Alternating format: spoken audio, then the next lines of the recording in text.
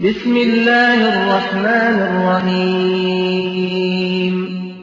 یا ایہا الرسول بلغ ما انزل الیک من ربک وإن لم تفعل فما بلغت رسالته والله يعصمك من الناس إن الله لا يهدي القوم الكافرين. سینٹ کی ایک کرسی لینے کے لیے ہمیں اللہ مشکل کشا کی آوازیں کو بھلا کر نعرہ حیدری یا علی کی صدا کو برداشت کرنا پڑے گا. اور یہ دھرتی جہاں پر دربار لسوڑی شاہ، پھسوڑی شاہ، ایٹ شاہ، کاما والی سرکار کے نہیں تھے، جہاں زید بن خطاب کا خطبہ تھا. دستار کے ہر تار کی تحقیق ہے لازم، دستار کے ہر تار کی تحقیق ہے لازم، ہر صاحب دستار معزز نہیں ہوتا. یا ایھا النبی، غیب کی خبر سنانے والے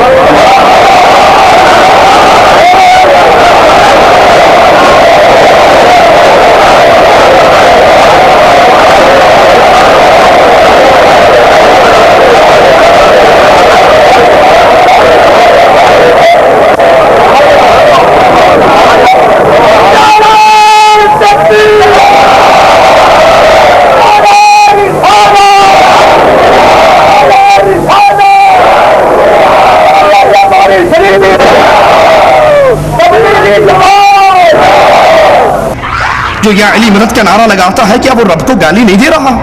جو یا رسول اللہ مدد کی صدائیں بلند کرتا ہے کیا وہ رب کا دشمن نہیں ہے؟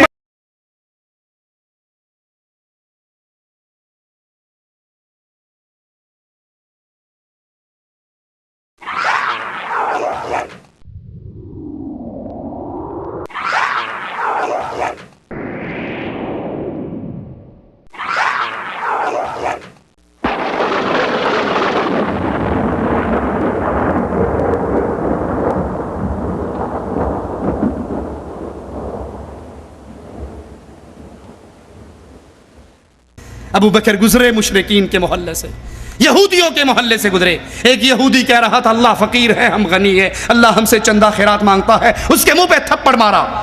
وہ روتا ہوا نبی کے پاس آیا. ابو بکر نے کہا اس نے میرے رب کو گالی دی تھی، وہ مکر گیا. آپ نے گواہ مانگا. صدیق اکبر کی گواہی دینے والا کائنات میں کوئی نہ رہا. عرش والے نے اپنے عرش سے ابو بکر کی گواہی دی. اگر تم نے نہیں سنا میں نے تو سنا تھا. یہ توحید کی غیرت کاش میرے اور آپ کے دل میں پیدا ہو جائے، یہ ایمان میرے دل میں پیدا ہو جائے کہ ساری چیز قربان ہو سکتی ہے، رب کی توحید پہ کمپرومائز نہیں ہو سکتا. اور یہ الفاظ سن کر نیچے سے نعرہ رسالت، نعرہ حیدری یا علی مدد کے نعرے لگے. مولانا طارق جمیل کے ماتھے پر ایک جو تک نہ رینگی، ان کے ماتھے پر بل نہیں پڑا، ان کو کوئی تکلیف نہیں ہوئی کہ یہ یا علی مدد کہنے والے اللہ کو گالی دے رہے ہیں، علی کو اللہ کا شریک بنا رہے ہیں، رسول اللہ کو اللہ کا شریک بنا رہے ہیں. اور مواحد کبھی اپنے رب کی توہین کو برداشت نہیں کیا کرتا. مولانا فرماتے ہیں کہ اللہ نے ہمیں اپنی عبادت کے لیے پیدا کیا کہ اس کی عبادت کی جائے، اس کا ذکر کیا جائے، صبح شام اس کی تسبیح کی جائے. اور کہا میں کل عصر کی نماز سے اس عرس میں مولد شریف کی قبر کے اس عرس میں یہی کچھ دیکھ رہا ہوں. یہاں اللہ کی عبادت ہو رہی ہے، یہاں اللہ کا ذکر ہو رہا ہے. میں نے تمہیں اس لیے نہیں پیدا کیا کہ میرے خزانے تھوڑے تھے تمہیں پیدا کر کے پورے کروں. ولاد اصطحن سبق من وحشا، نہ اس لیے پیدا کیا کہ اکیلے میں عید براتا تھا. ولاد اصطحن لکم علی امر قد عجزت عنہ، میں اس لیے پیدا کیا کہ میں کوئی کام نہیں کر سکتا تھا تم سے کرواؤں. نہیں، انما خلقتکم لتعبدونی طویلا وتذکرونی کثیرا وتسبحونی بکرۃ واصیلا. اس حدیث کا نمونہ کر کے ہم یہاں دیکھ رہے ہیں.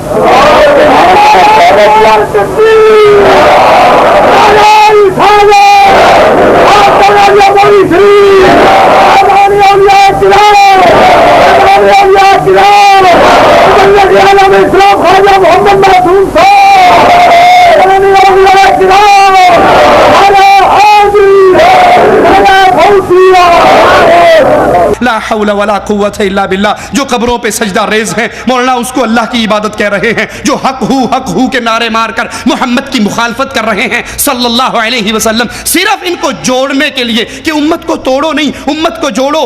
ارے ہم بھی کہتے ہیں امت کو جوڑو, لیکن اللہ کے لیے امت کو تھوک سے نہیں جوڑو, ایلفی سے جوڑو. یہ امت شرک پہ باقی رہے.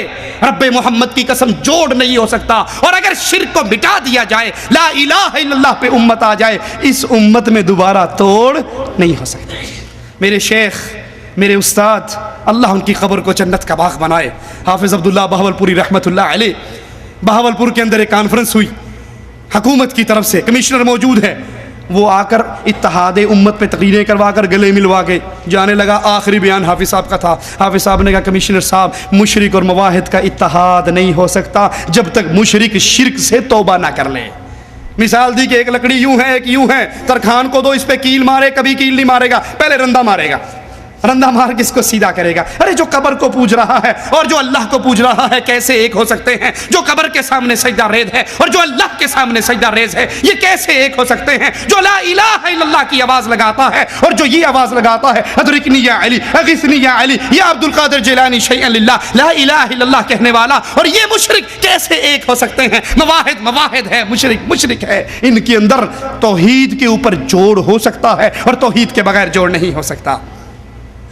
مولانا طارق جمیل گدی نشین جو اس پورے شرک کے دھندے کو چلا رہا ہے, اس کی تعریف کرتے ہوئے کہتے ہیں کہ ان حضرت کی, ان بزرگوں کی خدمت میں بار بار آنا نہیں ہوتا اور ان حضرت والا کی ذات ہمارے تمہارے ملنے کا وسیلہ بنی. حالانکہ یہ حضرت والا پورے شرک کے دھندے کے آئی جی ہیں. اور رسول اللہ صلی اللہ علیہ وسلم کی حدیث سنیے, اللہ کے نبی نے فرمایا کوئی شخص قبر کا مجاور بنے اس سے بہتر ہے. جاؤ ان گدی نشینوں کو سناؤ, جاؤ ان مخدوموں کو سناؤ, جاؤ ان قبر کی سرپرستی کرنے والوں کو سناؤ, جاؤ ان قبر کے دھندے چلانے والوں کو سناؤ. اور کاش تم ان کو بھی سناؤ جو حجویری کی قبر پہ کمپلیکس بنانے والوں کو گلے لگا کر کہتے ہیں ہم مسلم لیگ نون کے لیے جان بھی دینے کو تیار ہیں. کاش ان کے کان سے یہ حدیث ٹکرا جائے. نبی نے فرمایا جو قبر کا مجاور بنے, جو قبر کے اوپر بیٹھے, اس سے بہتر ہے اگر وہ آگ کے انگارے پہ بیٹھ جائے اور آگ اس کو جلا کر راکھ کر ڈالے. یہ گدی نشین, یہ طاغوت ہیں جو اس وقت اللہ کی عبادت کے علاوہ ان کی عبادت کروا رہے ہیں. مولانا فرماتے ہیں جیسے اللہ کی تعریف کرنا ناممکن ہے, جس طرح اللہ کی تعریفیں ناممکن ہیں, ویسے ہی رسول اللہ صلی اللہ علیہ وسلم کی تعریفیں ناممکن ہیں. سارے سمندر سیاہی بنا دو, ساری سیاہیاں ختم ہو جائیں گی, لیکن رسول اللہ کی تعریف ختم نہیں ہوگی. حضرت قرآن تو یہ شان اللہ کی بیان کر رہا ہے, آپ یہ شان رسول اللہ کی بیان کر رہے ہیں. کس قرآن کی آیت سے, نبی کی کس حدیث سے؟ اللہ کے نبی صلی اللہ علیہ وسلم کو ایک صحابی نے صرف اتنا ہی کہہ دیا تھا, ما شاء اللہ و شئت, جو اللہ چاہے اور جو رسول اللہ چاہے. نبی ٹیک لگا کر بیٹھے تھے, سیدھے ہو کر بیٹھے اور کہا اجعلتنی للہ ندن, تو نے مجھے اللہ کا شریک بنا دیا. قل ما شاء اللہ وحدہ, یہ نہ کہے جو اللہ چاہے جو نبی چاہے, اللہ نبی وارث, اللہ نبی کی مرضی, اللہ نبی کا کرم. قل ما شاء اللہ وحدہ, بلکہ یہ کہ جو تنہا اللہ چاہتا ہے وہ ہوتا ہے, جو اللہ نہیں چاہتا وہ ہو نہیں سکتا. اجعلتنی للہ ندن, تو نے مجھے اللہ کا شریک بنا دیا. مولانا فرماتے ہیں کہ ابو ہریرہ نے پوچھا, حدیث سنیے مولانا طارق جمیل صاحب کی بیان کردہ. ابو ہریرہ نے رسول اللہ صلی اللہ علیہ وسلم سے پوچھا آپ کو نبوت کب ملی؟ تو آپ نے فرمایا ابھی آدم علیہ السلام کا کہیں وجود نہیں تھا اور اللہ مجھے محمد کو نبی بنا چکا. کب تھے, کب نبوت ملی؟ ابو ہریرہ رضی اللہ تعالیٰ عنہ پوچھ رہے ہیں متى وجبت لک النبوہ, یا رسول اللہ آپ کو نبوت کب ملی؟ اس کا جواب کیا تھا؟ اس کا جواب یہ تھا کہ آپ ارشاد فرماتے 40 سال کی عمر میں رمضان شریف کے مہینے میں 17 تاریخ کو غار حرا میں میرے پاس فرشتہ آیا اور مجھے نبوت دے گیا. یہ اس کا جواب تھا. جواب کیا آیا؟ یہ جواب نہیں دیا. جواب کیا آیا؟ کنت نبیا وان آدم بین الروح والجسد, ابھی آدم علیہ السلام کا کہیں وجود نہ تھا اور اللہ مجھے نبی بنا چکا تھا. انا للہ و انا الیہ راجعون. اے کاش مولانا آپ ہر پڑی ہوئی چیز کو بیان کرنے سے پہلے ایک لمحے کے لیے رک کر یہ تو سوچ لیں کیا یہ اللہ کے نبی کی حدیث ہے یا آپ کے ذمے جھوٹ باندھا گیا ہے؟ کیونکہ رسول اللہ صلی اللہ علیہ وسلم نے فرمایا من کذب علی متعمدن، جو جان بوجھ کے بغیر تحقیق کے میرے اوپر جھوٹ باندھتا ہے وہ اس دنیا میں رہتے ہوئے اپنا ٹھکانہ جہنم میں بنا لے، او کما قال علیہ الصلوۃ والسلام۔ کاش اس من گھڑت روایت، اس جھوٹی روایت کو فرمان رسول کہتے ہوئے آپ کی زبان لڑکھڑا جاتی، آپ رک جاتے۔ یہ حدیث رسول نہیں ہے، یہ جھوٹ ہے جو محمد رسول اللہ صلی اللہ علیہ وسلم کے ذمہ لگایا گیا۔ مولانا طارق جمیل فرماتے ہیں کہ کوئی ایسا با اختیار دکھاؤ جو اشارہ کرے تو اللہ سونے چاندی کے گھر مدینے میں کھڑے کر دے، ریشمی لباس پہنا دے، سونے چاندی کی تاروں کا قالین بچھا دے۔ لیکن نبی اتنے با اختیار ہونے کے باوجود مدینے کے کچے گھر کے اندر آپ نے ساری زندگی گزار دی۔ نبی مختار کل ہیں، نبی با اختیار ہیں، یہ دعویٰ مولانا طارق جمیل کا اپنے سامنے رکھنا اور قرآن حکیم کی آیات کو سننا۔ وَقَالُوا لَن نُؤْمِنَ لَكَ حَتَّى تَفْجُرَ لَنَا مِنَ الْأَرْضِ يَنبُوعًا، کفار مکہ جن کی ہدایت کے لیے نبی تڑپتے تھے، جن کے بارے میں قرآن کہتا ہے اے نبی فَلَعَلَّكَ بَاخِعٌ نَفْسَكَ عَلَىٰ آثَارِهِمْ إِن لَّمْ يُؤْمِنُوا بِهَٰذَا الْحَدِيثِ آسَفًا، اس غم میں کہیں اپنے آپ کو ہلاک تو نہیں کر لو گے کہ یہ لوگ مسلمان کیوں نہیں ہوتے۔ اب وہ سارے مسلمان ہونے کے لیے آئے لیکن نبی سے کچھ ڈیمانڈ کر رہے ہیں کہ ہم تیرے اوپر ایمان لے کر آئیں گے، پہلے تو اس مدینے کی زمین سے چشمے جاری کر کے دکھا۔ او تکون لک جنت من نخیل وعنب، تیرے لیے باغات ہوں جس میں کھجورے ہوں، جس میں انگور ہو، فتفجر الانہار، اس کے درمیان نہریں، خلالها تفجیرا، تو اس کے درمیان نہریں چلا کر دکھائے، تیرے ذاتی باغات ہو جس میں نہریں چلتی ہو۔ او تسقط السماء كما زعمت علينا كسفا او تأتي بالله والملائكة قبیلا، یا آسمان کو ٹکڑے ٹکڑے کر کے ہمارے اوپر گرا دے جیسے تو گمان کرتا ہے، یا اللہ اور فرشتے ہمارے سامنے لا کر کھڑے کر دے۔ او یکون لک بیت من زخرف، یا تیرے لیے سونے کا گھر ہو، او ترقا فی السماء، یا تو آسمان میں چڑھ جائے۔ یہ ساری ڈیمانڈ کر رہے ہیں تیرے لیے سونے کے گھر ہو۔ مولانا طارق جمیل کہتے ہیں نبی اتنے با اختیار، اشارہ کر دے سونوں کے گھر بن جائیں۔ دنیا دفع کرو، جنت کے دروازے کھل جائیں اور جنت کے خزانے زمین پہ آ جائیں۔ اتنی طاقت رکھنے کے باوجود وہ پیٹ پہ پتھر باندھ کے زندگی گزار رہا ہو۔ کوئی ایسا بادشاہ دکھاؤ جس کی انگلی کے اشارے پر دشمنوں کا اللہ خاتمہ کر دے، خاتمہ نہیں تباہ و برباد کر دے، اور پھر انہی دشمنوں کے ہاتھوں پتھر کھاتا ہوا انہیں دعائیں دیتا جا رہا ہو۔ کوئی ایسا با اختیار دکھاؤ، کوئی ایسا با اختیار مجھے دکھاؤ جو اگر اشارہ کرے تو اللہ تعالیٰ سونے چاندی کے گھر مدینے میں کھڑے کر دے، ریشمی لباس پہنا دے، سونے چاندی کی تاروں کے قالین بچھا دے، جنت کی سواریاں دروازے پر باندھ دے، اس کے باوجود کچے گھر میں زندگی گزار جائے۔ اور یہ کفار مکہ کہہ رہے ہیں مسلمان ہونے کے لیے تیار ہیں، تیرے باغات ہوں، تیرے سونے کے گھر ہوں، تیرے لیے باغات میں نہریں چلتی ہوں۔ اللہ با اختیار، یاد رکھنا اہل حدیث کے ادنا سے بیٹے کا جملہ، اللہ با اختیار، کائنات ساری بے اختیار، وہ با اختیار اللہ اپنے نبی سے کہتا ہے اے نبی کہو قل سبحان ربی، اے یہ ڈیمانڈ کرنے والوں میرے لیے سونے کے گھر ہوں، یہ ڈیمانڈ کرنے والوں آسمان گر جائے، یہ ڈیمانڈ کرنے والوں میرے باغات ہوں اس میں نہریں چلتی ہو، سنو قل، اے نبی کہہ دو سبحان ربی، میرا اللہ پاک ہے، هل كنت الا بشر الرسولا، میں تو ایک آدمی انسان، ایک آدمی، ایک بشر، ایک رسول تمہارے پاس آیا ہوں، جو کچھ تم ڈیمانڈ کر رہے ہو یہ میرے اختیار میں نہیں عرش والے کے اختیار میں۔ کیا کوئی ہے مجھے نبی سے بڑا محسن دکھا دے کائنات میں؟ مجھے لاؤ کوئی ایسا بادشاہ کہ جو انگلی کا اشارہ کرے تو آج دنیا دفع کرو، جنت کے دروازے کھل جائیں اور جنت کے خزانے زمین پہ آ جائیں۔ اتنی طاقت رکھنے کے باوجود وہ پیٹ پہ پتھر باندھ کے زندگی گزار رہا ہو۔ کوئی ایسا بادشاہ دکھاؤ جس کی انگلی کے اشارے پر دشمنوں کا اللہ تعالیٰ خاتمہ کر دے، خاتمہ نہیں تباہ و برباد کر دے، اور پھر انہی دشمنوں کے ہاتھوں پتھر کھاتا ہوا انہیں دعائیں دیتا جا رہا ہو۔ کوئی ایسا با اختیار دکھاؤ، کوئی ایسا با اختیار مجھے دکھاؤ جو اگر اشارہ کرے تو اللہ تعالیٰ سونے چاندی کے گھر مدینے میں کھڑے کر دے، ریشمی لباس پہنا دے، سونے چاندی کی تاروں کے قالین بچھا دے، جنت کی سواریاں دروازے پر باندھ دے، اس کے باوجود کچے گھر میں زندگی گزار جائے۔ ارے اگر نبی با اختیار ہوتے مولانا اپنے چچا ابو طالب کو کفر پہ کیوں مرنے دیتے؟ گئے آخری لمحات میں گئے،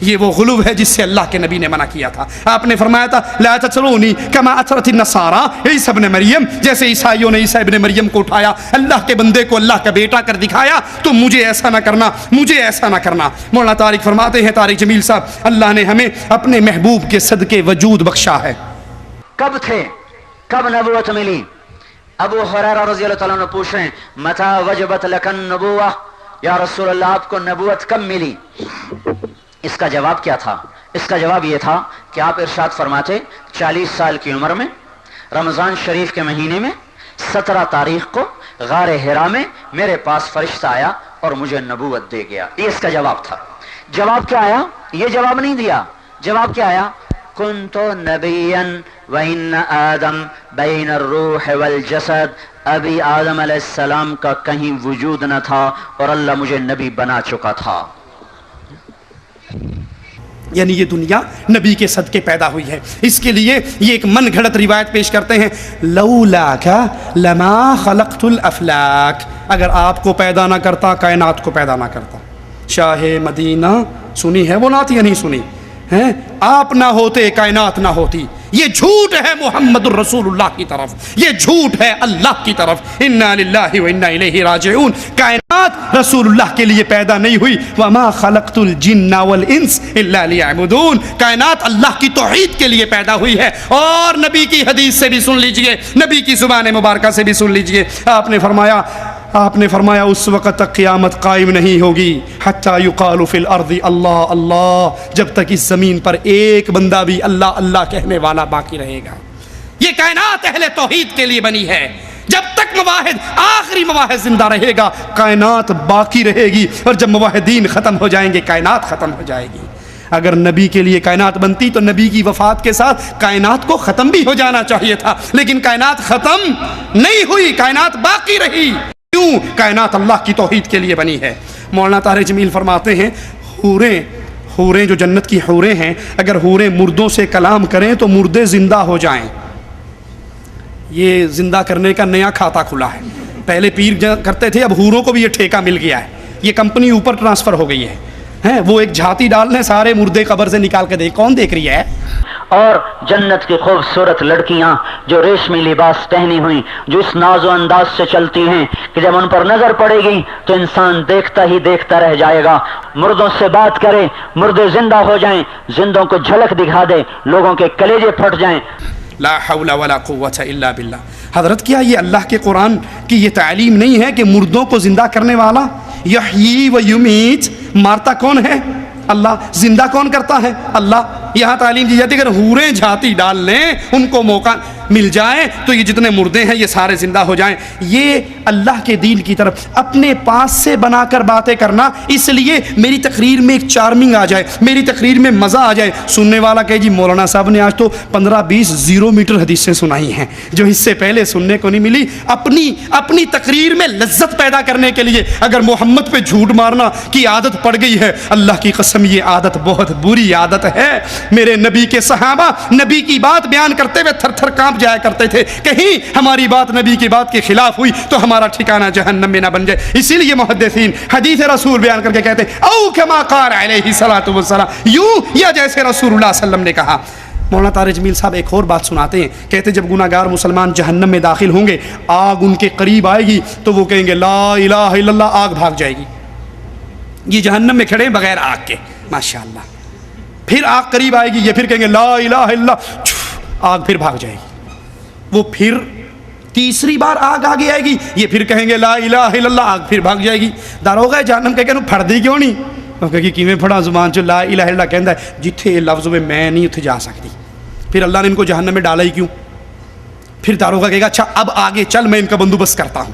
جب چوتھی دفعہ آگ آگے آئے گی، یہ لا الہ الا اللہ کہنے لگیں گے لیکن ان کی زبان بند کر دی جائے گی، پھر ان کو لا الہ الا اللہ ان کی زبان سے نہیں نکلے گا اور پھر ان کو آگ پکڑ سکے گی. جب حضور کی امت کو ڈالا جائے گا جہنم میں تو ان کے چہرے کالے نہیں ہوں گے، ان کے ہاتھوں میں ہتھ کڑیاں نہیں ہوں گی، ان کے پاؤں میں بیڑیاں نہیں ہوں گی. تو جب گریں گے تو وہ جنت کا دوزخ کا داروغہ کہے گا مالک یہ کون آ گئے جن کے چہرے سفید، جن کے ہاتھوں میں ہتھ کڑیاں نہیں، پاؤں میں بیڑیاں نہیں. تو اللہ تعالیٰ کا ارشاد ہوگا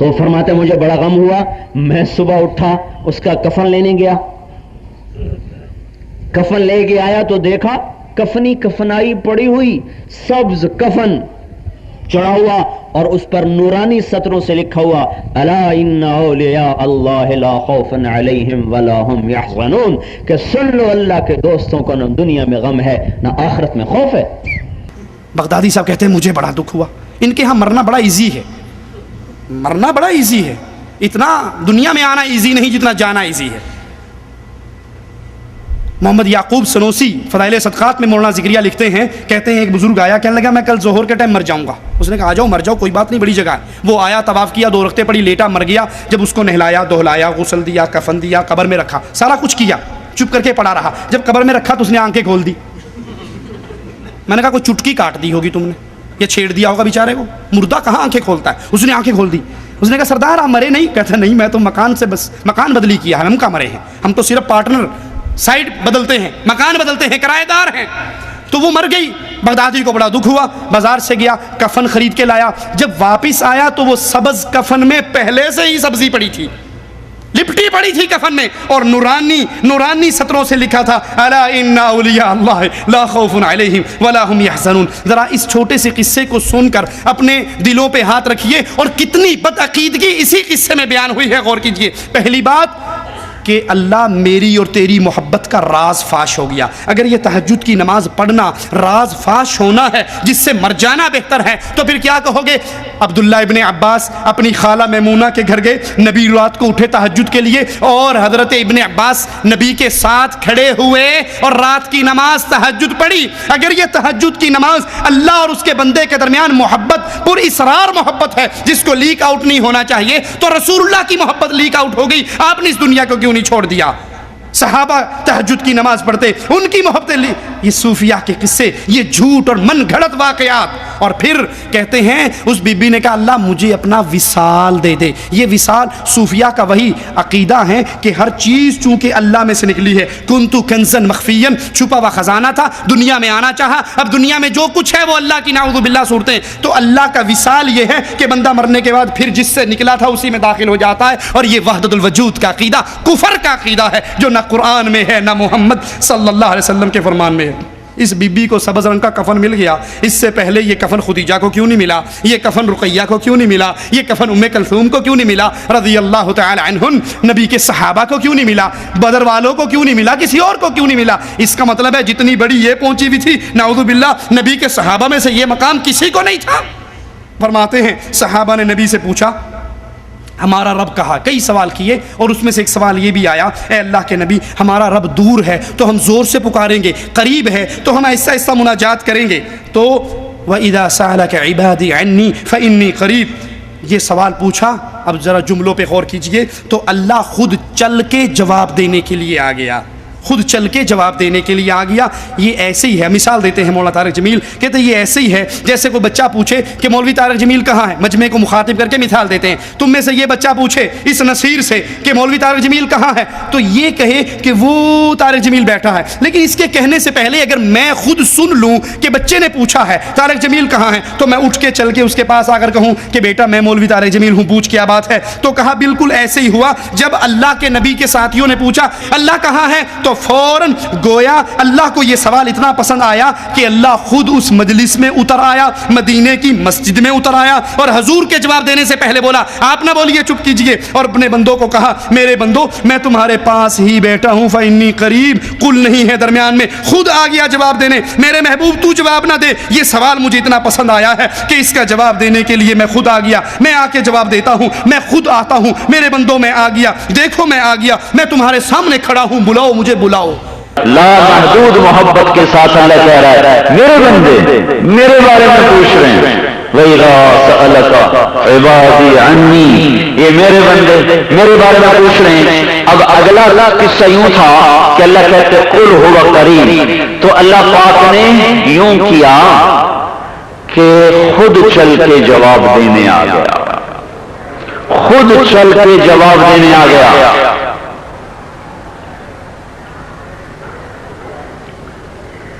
یہ ایسا ہی ہے، یہ ایسا ہی ہے۔ یہ بچہ پوچھتا ہے نصیر سے مولوی صاحب کہاں ہیں، طارق جمیل کہاں ہے؟ یہ کہتا وہ بیٹھا اور میں نے سنا کہ اس نے میرے بارے میں پوچھا کہ طارق جمیل کہاں ہے، تو قبل اس سے کہ نصیر جواب دے میں خود اس کے قریب آ کر کہتا ہوں میں موجود ہوں، میں حاضر ہوں۔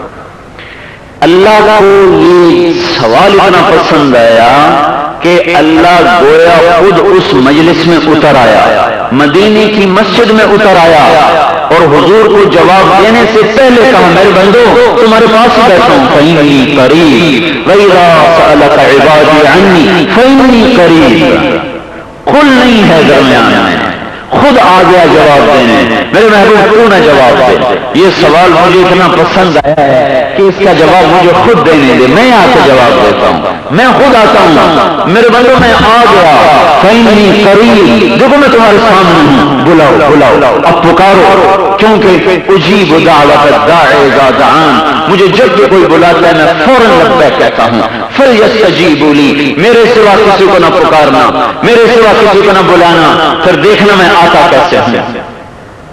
انا للہ و انا الیہ راجعون۔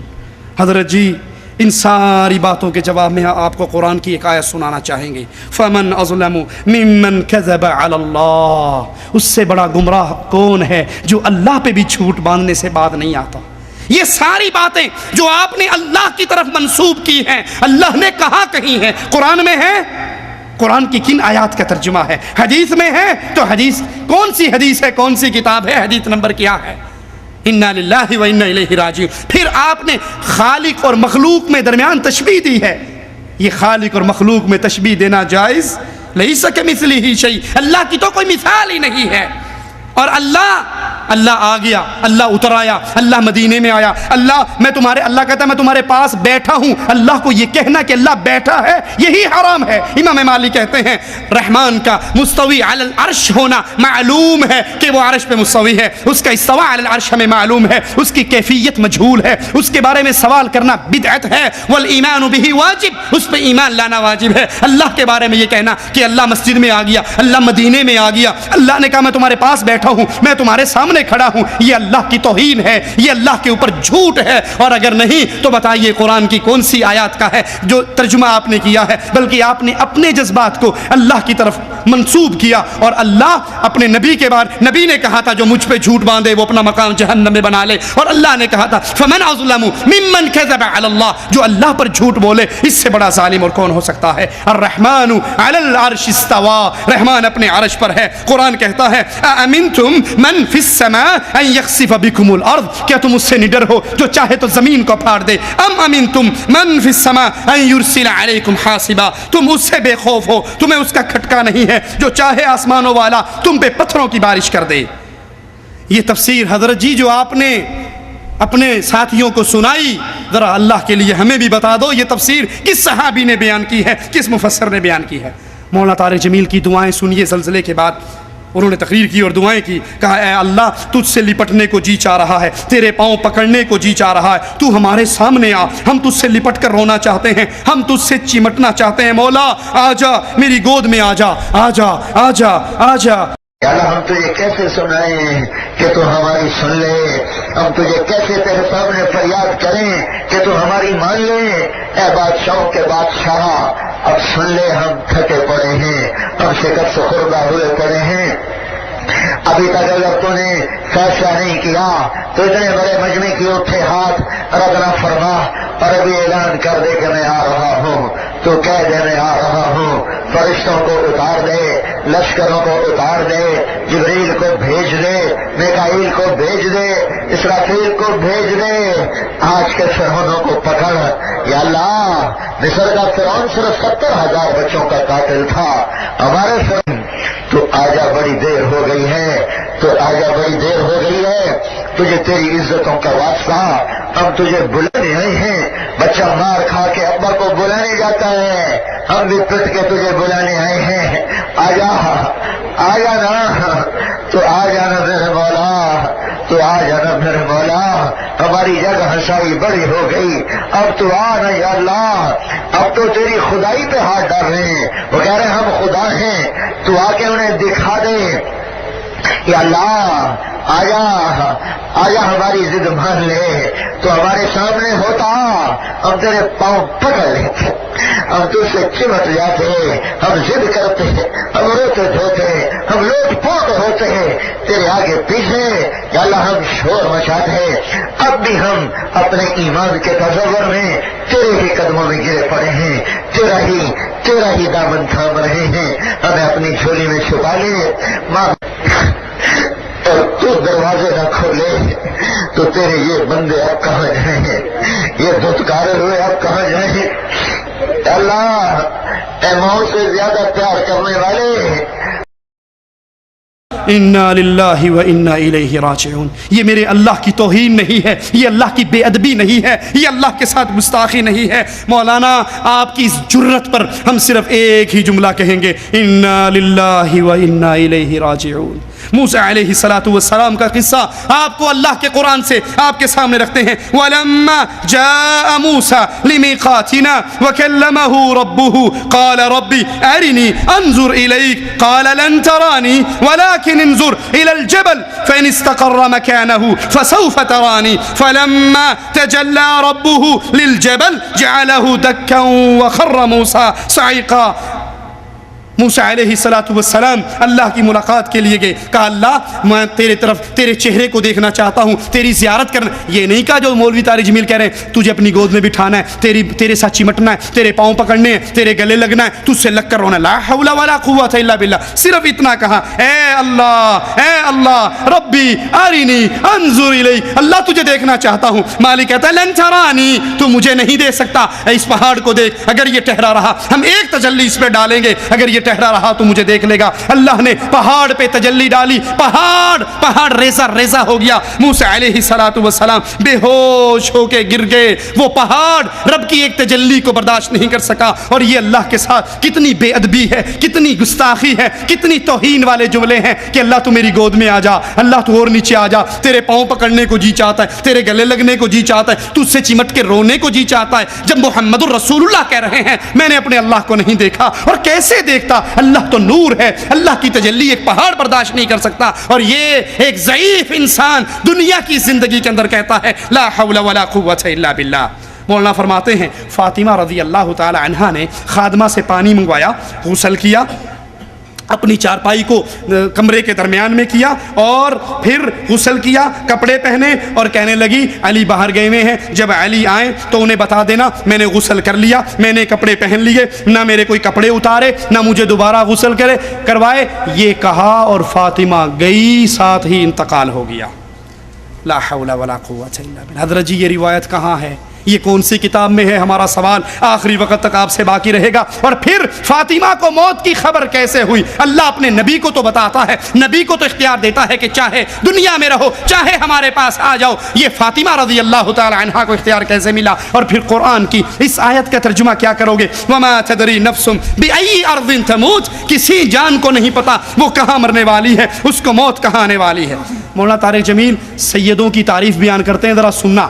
سید جتنے ہمارے یہاں سید بیٹھے ہیں سب کے لیے بہترین ٹوٹکا دے کے جا رہے ہیں مولانا طارق جمیل صاحب. کیا کہتے ہیں؟ خراسان میں آل رسول میں سے ایک آدمی مر گیا، اس کی بیوی بیوہ ہو گئی، گھروں میں فاقے ہو گئے. وہ ہجرت کر کے سمرقند چلی گئی. سمرقند گئی، والی سمرقند کے پاس گئی، کہنے لگی میں سید زادی ہوں، مجھے پناہ چاہیے، میرے بچے بھوکے ہیں، کھانا چاہیے. وہ کہنے لگا کوئی گواہ لے کر آ اپنے سید زادی ہونے پہ. یہاں خراسان میں ہر دوسرا بندہ کہتا ہے میں سید ہوں. یہ بیچاری باہر نکلی، لوگوں نے کہا وہ پارسی آگ کا پجاری بیٹھا ہے، وہ بڑا رحیم ہے، اس کا دل بڑا نرم ہے، جواد سخی ہے، اس کے پاس چلی جا. یہ اس کے پاس جب گئی تو اس نے اس کو مکان بھی دے دیا، کھانا بھی دے دیا. اب یہ والی سمرقند سویا تو خواب دیکھتا ہے کہ میں جنت میں پہنچا ہوا ہوں. جنت میں بہت خوبصورت محل ہے، اس کے دروازے پر کھڑا ہے اور اللہ کے نبی کھڑے ہیں. یہ کہتا ہے اللہ کے نبی یہ محل کس کا ہے؟ تو یہ کہتا ہے اللہ کے نبی صلی اللہ علیہ وسلم فرماتے ہیں کہ یہ محل ایک مسلمان کا ہے. کہتا ہے اللہ کے نبی میں بھی تو مسلمان ہوں. آپ نے کہا تو اپنے اسلام پر گواہ لے کر آ.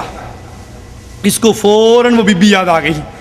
اللہ کے نبی نے یہ بھی کہا رات میری ایک بیٹی تیرے پاس آئی تھی تجھ سے پناہ مانگنے کے لیے, تو نے کہا تھا سید زادی ہونے کی گواہی دے, اور میں تجھے کہتا ہوں تو مسلمان ہونے کی گواہی دے. یہی اتنا دیکھنا تھا. یہ ہڑبڑا کر اٹھا اور اٹھ کے بیٹھ گیا. باہر نکلا, کہا لوگوں سے کہا وہ کدھر گئی بی بی, وہ سید زادی کدھر گئی؟ کہا وہ اس پارسی کے پاس گئی. یہ دوڑتا ہوا صبح صبح گیا, اس کے دروازے کو بجایا اور کہا جو منہ مانا انعام لینا ہے لے لے اور اس سید زادی کو میرے حوالے کر دے. اس نے کہا والی صاحب سودا دیکھ کر نہیں بیچا جا سکتا. میں جب تو خواب دیکھ رہا تھا, سنیے ذرا سنیے اور دایاں پاؤں دبائیے جھوٹ بولتے ہوئے نا, کہا جب تو خواب دیکھ رہا تھا سیم وہی خواب میں بھی دیکھ رہا تھا.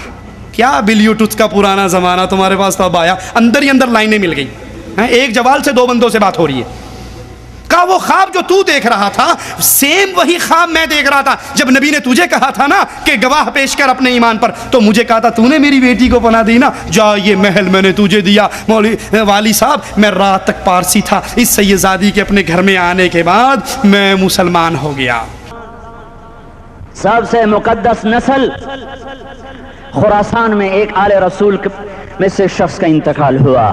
فاقے آئے, بیوی نے اپنے فاقہ چھپانے کے لیے ہجرت کی, سمرقند چلی گئی. وہاں پہنچی تو ایک والی سمرقند کے پاس گئی. مسافر ہوں, پردیسی ہوں, رات کے لیے ٹھکانہ چاہیے, بچوں کے لیے خوراک چاہیے, میں آل رسول میں سے ہوں. اس نے کہا کوئی گواہ لاؤ تو آل رسول میں ہے. کہ میں تو پردیسی ہوں, میرا تو کوئی گواہ نہیں. وہ کہنے لگا یہاں ہر دوسرا آدمی کہتا ہے میں آل رسول ہوں. وہ پریشان ہوئی. کسی نے کہا وہ جو پارسی ہے نا آتش پرست بڑا سخی ہے, اس کے پاس چلی جا. اس کو جا کر بتایا میں آل رسول میں سے ہوں اور میں پردیسی ہوں, مجھے 1-2 رات کا ٹھکانہ چاہیے جب تک کہ میں اپنا کوئی روزگار نہ بنا لوں. اس نے اس کو گھر میں ٹھکانہ دیا. رات کو والی سمرقند نے خواب دیکھا کہ وہ جنت میں ہے اور ایک عالی شان محل ہے جس کے دروازے پر حضرت محمد صلی اللہ علیہ وسلم کھڑے ہوئے ہیں, اور یہ آ کر کہتا ہے یا رسول اللہ یہ کس کا گھر ہے؟ تو آپ نے فرمایا ایک مسلمان کا گھر ہے. تو اس نے کہا یا رسول اللہ میں بھی مسلمان ہوں. تو آپ نے فرمایا اپنے اسلام پر گواہ پیش کرو, اپنے اسلام پر گواہ پیش کرو. تو ایسے کانپ گیا. پھر آپ نے فرمایا میری بیٹی آئی تو تو نے کہا گواہ پیش کر, تو تو بھی اپنے اسلام پر آج گواہ پیش کر. آل رسول سے تو اس سے وہ ضرورت کے وقت آئی اور تو نے گواہ مانگے. یہ خاندان ہے, یہ خاندان کائنات کا افضل ترین. اس کی آنکھ کھلی, اس کی ہائے ہائے چیخ پکار, او بھائی وہ بچے وہ عورت کہاں چلی گئی؟ کہا جی وہ پارسی سردار لے گیا. جو صبح صبح دھما دھم اس کا دروازہ جا کر کھٹکھٹایا, او بھائی منہ مانگا انعام لے لے, وہ خاندان مجھے واپس کر دے. تو اس کی آنکھوں میں آنسو آ گئے. کہا آقا سودا بن دیکھا تھا تو ہو جاتا, دیکھنے کے بعد سودا نہیں ہے. میں اس گھر اس عورت اور ان بچوں کو پناہ دیتے ہی اللہ نے میرا دل کھولا, میں مسلمان ہو گیا, میرے بچے بھی مسلمان ہو گئے. میں شام تک پارسی تھا, میں سویا ایمان کے ساتھ, اور جس وقت تم خواب دیکھ رہے تھے اسی وقت میں بھی وہ خواب دیکھ رہا تھا. جب تجھے دھتکارا جا رہا تھا تو مجھے اللہ کے رسول کہہ رہے تھے یہ محل تجھے دیتا ہوں, یہ محل تجھے دیتا ہوں. ٹھیک ہے, اب سوچئے یہ جو خواب اس نے دیکھا یہ غیب کی خبر. ایک ہی سوال, اس پارسی کو جو رات کو مسلمان ہوا یہ کیسے پتا لگا کہ یہ والی سمرقند نے خواب دیکھا ہے؟ آپ کو خواب آئے, مجھے خواب آئے, غیب کی بات ہے نا, چھپی ہوئی بات ہے. جب تک اللہ نہ بتائے پتا نہیں لگتا. تو اس کو کیسے پتا لگا؟ اس کے بتائے بغیر اس نے کہہ دیا جو خواب تو نے دیکھا ہے وہی خواب میں نے بھی دیکھا ہے. تو یہ خبر اس کو کیسے ہو گئی؟ یہ اندر سے تاریں کیسے مل گئی؟ جھوٹ کے کوئی پاؤں نہیں ہوتے, جھوٹ کے قدم نہیں ہوتے. تو اللہ کے لیے ڈر جائیے. اے تبلیغ کرنے والو, اے لوگوں کو دعوت دینے والو, لوگوں کو شربت پلاؤ, زہر نہ پلاؤ. تبلیغ کے نام پہ کفر اور شرک نہ پھیلاؤ, خرافات نہ پھیلاؤ, بدعات نہ پھیلاؤ, من گھڑت قصے نہ پھیلاؤ. رسول اللہ پہ جھوٹ نہ بولو, اللہ پہ جھوٹ نہ بولو. اور اگر اس منبر پہ کھڑے ہو کر قال اللہ و قال رسول کی آواز لگائی جائے تو پھر تمہارا مقام, تم انبیاء کے وارثوں میں ہو, تم رسول اللہ کے وارثوں میں ہو. کیونکہ رسول اللہ صلی اللہ علیہ وسلم نے فرمایا تھا میں علم دے کر جا رہا ہوں, مال نہیں نبی چھوڑتے, نبی تو علم کا ورثہ چھوڑتے ہیں. یہ علماء نبی کے وارث ہیں. اور اگر اس منبر پہ کھڑے ہو کے مجمع بڑھانے کے لیے، بلے بلے کروانے کے لیے، واہ واہ اور شہباز کروانے کے لیے، لوگوں کو قابو کرنے کے لیے من گھڑت جھوٹے قصے سناؤ گے، اللہ اور رسول پہ جھوٹ بولو گے، الزام لگاؤ گے، تو یاد کرنا اس منبر پہ کھڑے ہو کر جھوٹ بولنے والے کی سزا قیامت کے دن اس کو جہنم کی آگ کی لگام پہنائی جائے گی۔ اللہ سے دعا ہے اللہ ہماری خطاؤں کو معاف فرمائے، اللہ ہماری سیاہکاریوں کو معاف فرمائے، زندہ رکھے، ایمان پہ رکھے، توحید پہ رکھے، توحید کی دعوت دینے والا رکھے، اور جب موت دے تو بھی اسی حال میں دے کہ اللہ ہم سے راضی ہو، ہم اپنے اللہ سے راضی ہوں۔ اقول قولی ھذا واستغفر اللہ لی ولکم ولسائر المسلمین فاستغفروہ انہ هو الغفور الرحیم۔